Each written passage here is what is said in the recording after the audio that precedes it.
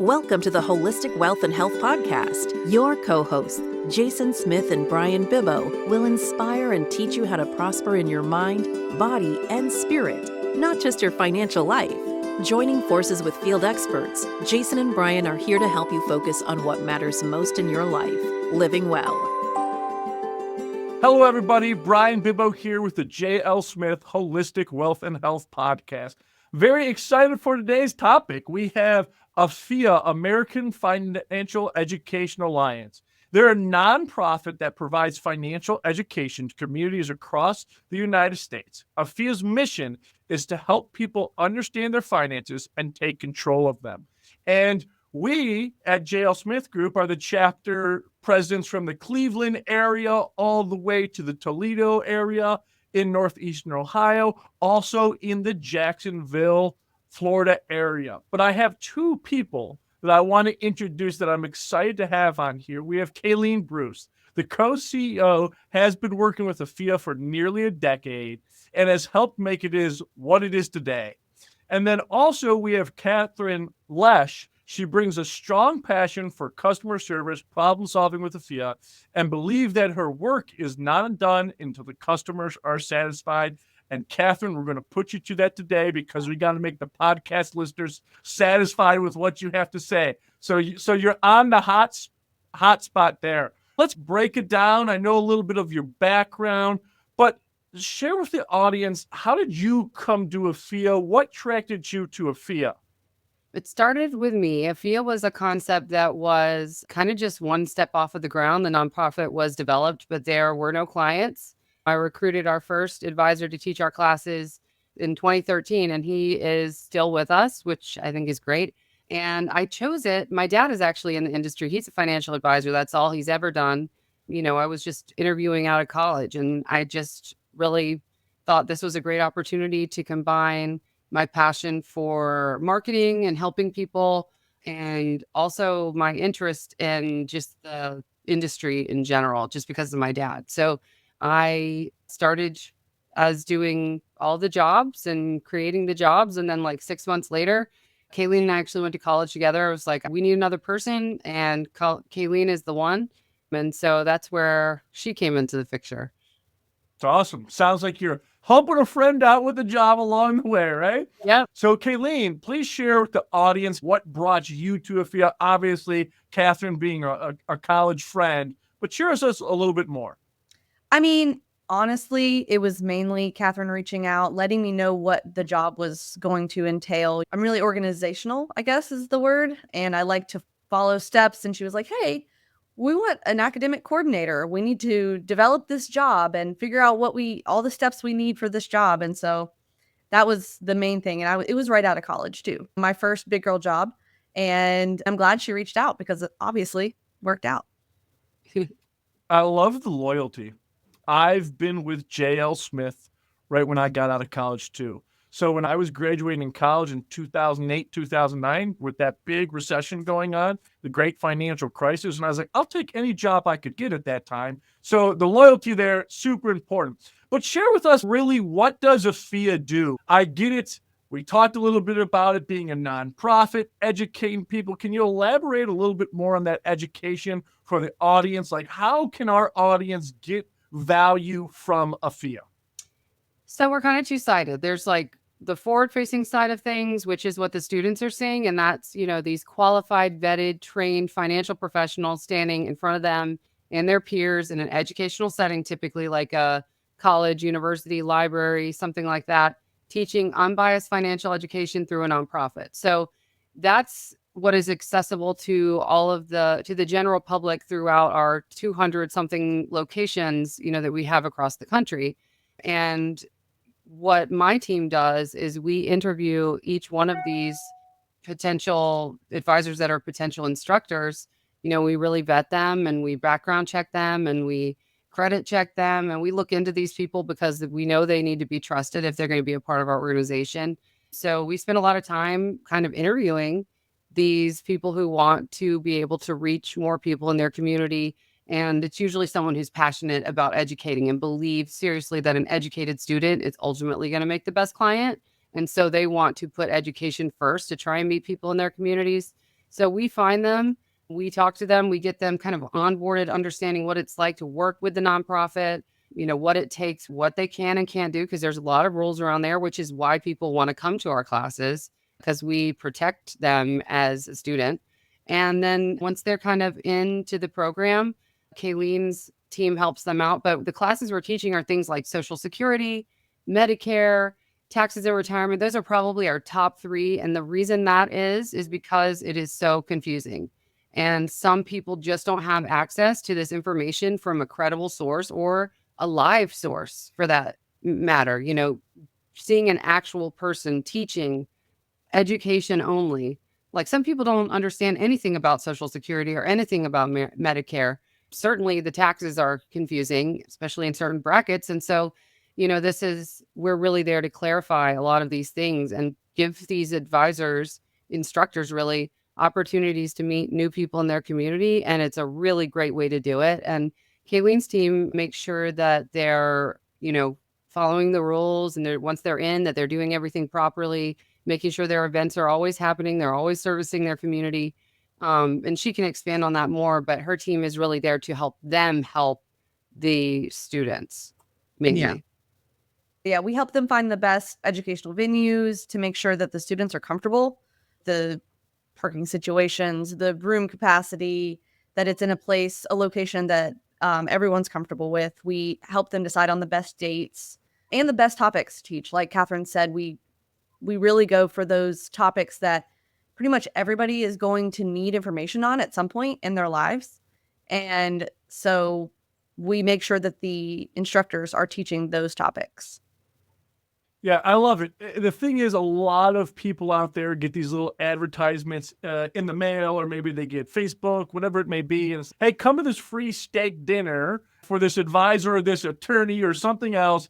And really, you're trying to be sold something.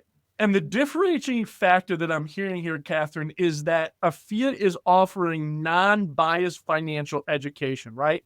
The goal is to educate the public. And I heard a very key indicator there. I heard 200 different territories nationwide, if I heard that correctly. And how many states are you really in now, if you had to guess, or if you know a good number? What would you say state-wise? Like, where can people find you? I'd say at least 40 of them. Yeah, I think this year we actually added a chapter to some states that we had not been in yet. This was a great year for us. There's pretty much classes everywhere.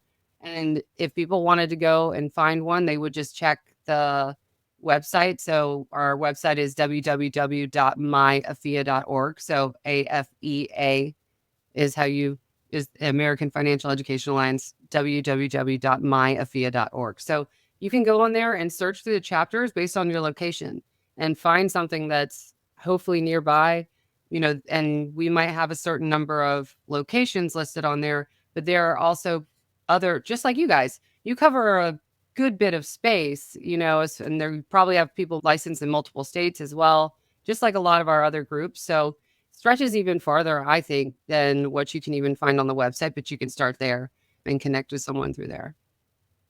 It's good to see where we can go in the audience nationwide that's listening into this podcast, where they can go to find these education classes. But you shared with me, like, Social Security is very popular, obviously Medicare, and then taxes and retirement. So really what we're providing is some adult education classes here, or even the younger generation that wants to learn and prepare later down the line, which is awesome. But how do you go about choosing these courses? Has there been like detail over the years saying these are the most popular? How does this actually come about? We really just try to focus on, like Katherine said, the topics that people find the most confusing or intimidating when it comes to their retirement. We do focus mostly on the age brackets 55 to 70 right now. We are trying to get into the younger space, but right now we focus mostly on retirement. So those topics, like you said, Social Security, Medicare, estate planning, things that people are going to need. And we try to simplify it for them and make sure it's strictly educational. So that's basically how we pick those topics, is what everybody needs information on.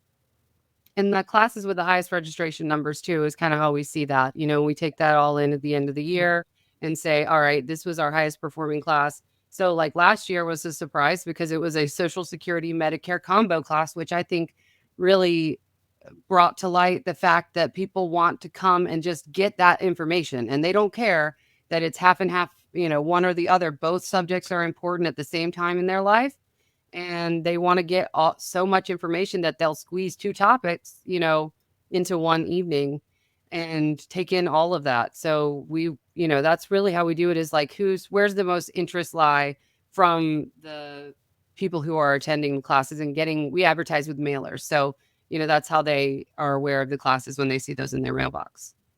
So this is new to me, and this is great to have this conversation for me also. So there's a combination course out there that is Social Security and Medicare all in one. What is the time commitment for the audience usually on that? I know there's probably a range depending on questions, instructors, but what is the time commitment for someone to attend something like that Social Security and Medicare class?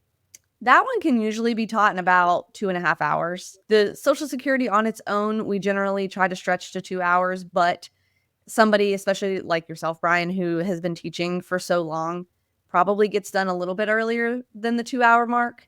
And our Medicare class is about an hour. So about 2.5 hours. You've probably gotten feedback over the years from the advisors, or can be from the audience attending. What is some of that feedback you received over the years, the positive feedback that you've heard, how it's changed people? What would you say? We actually have a podcast too, and we had a student on there, and he was just really passionate about how approachable this concept is, and how it's so different from we brought him on the podcast, which was a really great experience. And he was like, it's easy to go to this class because it's not as intimidating as like a dinner seminar where they think they're going to be sold something. And it's just extremely approachable, and it's easy to refer. He had referred like 4 other people, not directly to the advisor, which I think this is beautiful, but to his classes, because that is how he experienced it. And he's been working with our instructor for however long. He's retired now. Our instructor retired him and put him through his whole retirement and planned it all out for him when he had none of that planned. And so I just think, the feedback is always the fact that they appreciate the approachability, and the advisors say the same thing. It's an outlet, for communication and education without the sales. And I was really impressed to hear that, especially the referring of the people to the classes instead of, here's the number for my advisor, give him a call. It's much less intimidating and way more approachable. It's funny you say that, because all the time people want that education. So I'll have clients go, hey, I got friends and family, Bryan, they don't want to meet with you one-on-one yet. However, they want to know when your next AFEA course is. Can you tell me the next time and date? So one of the things that I've actually done is create these little tickets that I put throughout the office. They almost look like a baseball game ticket or a basketball game ticket, and they just have the time and the date of the next event on there. So as people are walking through my office, they have ability just to pick those up and hand those to their friends and their family, and that has worked out very well. So maybe that's a tip you can share with some of the advisors on your podcast, but it's worked out very well for us. Yep, we're going to steal that. But Kaeleen, AFEA helps financial advisors educate their clients. Mm-hmm. And along the way, tools have been created that you help with the advisors. What are some of those tools? How do they help the advisors? Elaborate a little bit more on that. Yeah. So of course, like we've mentioned, we provide them with the presentation. It's strictly educational, non-biased. We also have a workbook that goes with every class, so the students can take it home with them, go over it with their spouse before they meet with their own advisor or maybe the instructor. We are also partnered with a few companies like NSSA, the National Social Security Association, to make sure our advisors have the right education and have all the information that they need to teach these classes. But the most important thing is we are really community-based. So each advisor is thoroughly interviewed, like Katherine mentioned earlier, and we make sure that we have the top advisors teaching our classes. And with that, and just generally good people, to be honest with you, we vet everybody. We've kicked people out too for not being nice. Absolutely. Yeah, we want to make sure that our students are comfortable. And our advisors learn from the best. So we also give them the opportunity to learn from each other as well. We have trainings, events, smaller think tank type groups that we offer internally as well. It's amazing. Yeah, great feedback there. Katherine, for the financial clients listening, where would you recommend they go if they were to start or wish to get some more of their own financial understanding? So we're working, on expanding a little bit. Number one, with the ages. Number two, offering more online courses because there's a big request for that. So like I said, go to the website. myafea.org is where you want to start. Find a chapter. You can always email. If there's I just got an email yesterday. Someone said, I'm not looking for an advisor, but I'm looking for an accountant. And I just moved here and I don't know anyone and I want to get a good reference. And I'm like, okay, I'm going to find the person who's closest to her and say, hey, can you connect with her? And she's looking for an accountant. I'm sure they have someone that they trust. And that would be, the recommendation. So what she did was just email us at info@myafea.org. So if you really want, you're serious about wanting to know more about someone in your area, but you don't see it online, we can connect you with someone. We have a lot of connections to people we trust and people we know are good people. So that would be definitely the best place to start. I love it. And we keep talking about the myafea.org. And when I present, they have to have a code to become a member. Is that consistent across the board? Yes? Yes. So if you attend these classes, which we encourage you to do, you can become a member of myafea.org.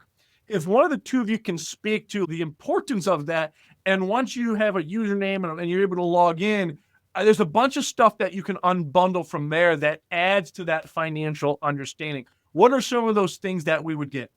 That pin that you have, that connects them to your chapter page. So the first thing that's going to do is show them your upcoming events. If you decide you want to do the new Social Security Medicare combo class, maybe they haven't come to one of the Medicare classes before or whatever, they'll know when your events are coming up. Another thing is we have a bunch of training videos on there. They're, again, strictly educational for the students if they want to do some more learning on their own. There's also some articles on there, blog posts, that sort of thing. And then also the instructor can post their own videos or articles if they would like as well. If something they think is important that they want their students to see, they can put that on there as well.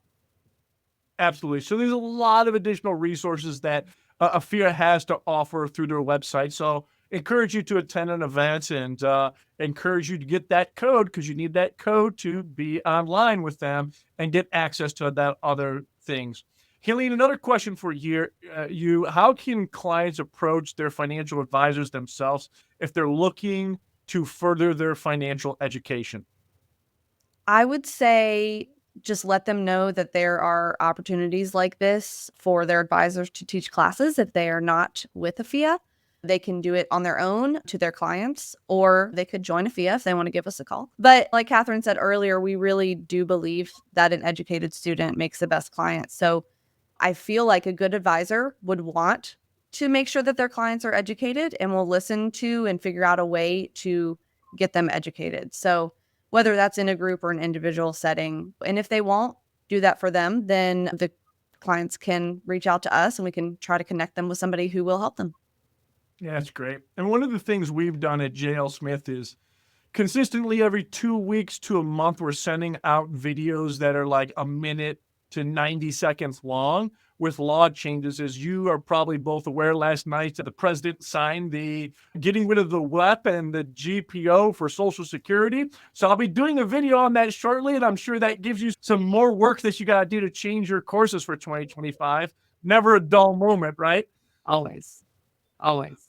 But the main thing I want to share is obviously I've been a part of AFEA for nearly a decade now, and it has provided us at JL Smith Group that non-biased educational advice.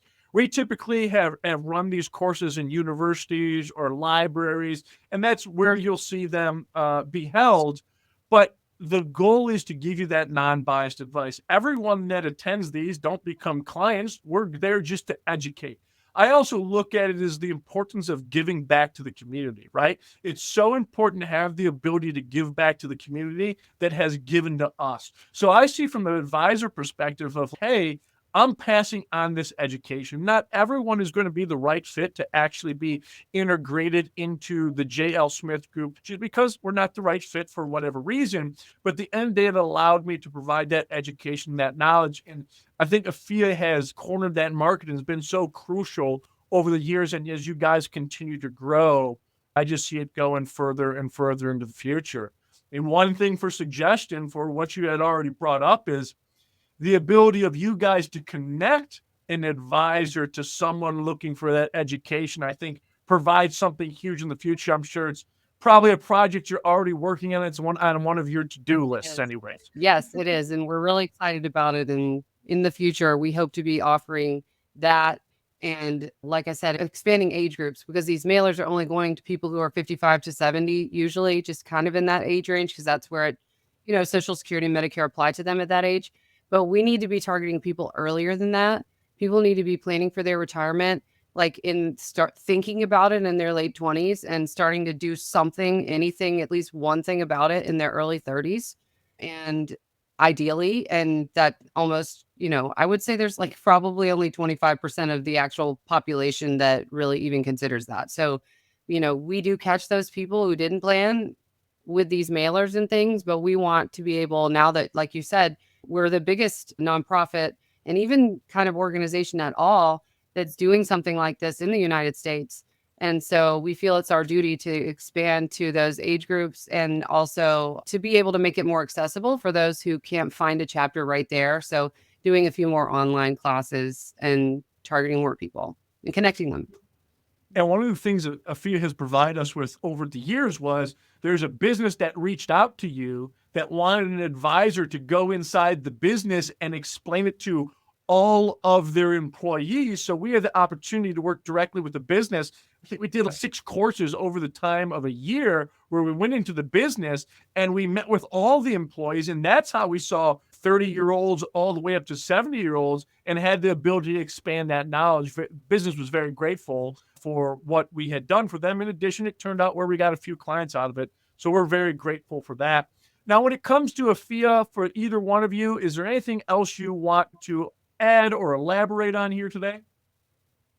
Just really like to be considered, I think, hopefully, getting the word out about us, just like this opportunity here, and all the mail that we're sending would put our organization, at the top of the list of places people can go to for financial assistance. I mean, some people aren't comfortable with advisors, and this is a much better way to start for some who don't want to just approach an advisor directly. Yeah, and get comfortable with them. Yes. All right, I have a question for the both of you, and I'm randomly going to choose his to go first. And Katherine, since you're on the closest side of the screen to me, you get to go first, all right? But if you have one message to deliver to the world, whether it be AFEA-oriented or something that just comes from your heart, what would it be? This is something that I live by, and this is something that our team lives by too. And we really think that this is what kind of keeps our clients, I would say, keeps us involved with other people, is the 4 agreements. And that's a book if you ever feel like reading it. But it is: be impeccable with your word, always do your best, don't take anything personally, and don't make assumptions. And when I read that book, those 4 things changed my life. So I try to share those at any opportunity I have. I didn't want to miss one, so I had to look it up. But those are the ones. That's my stuff from my heart. I love it.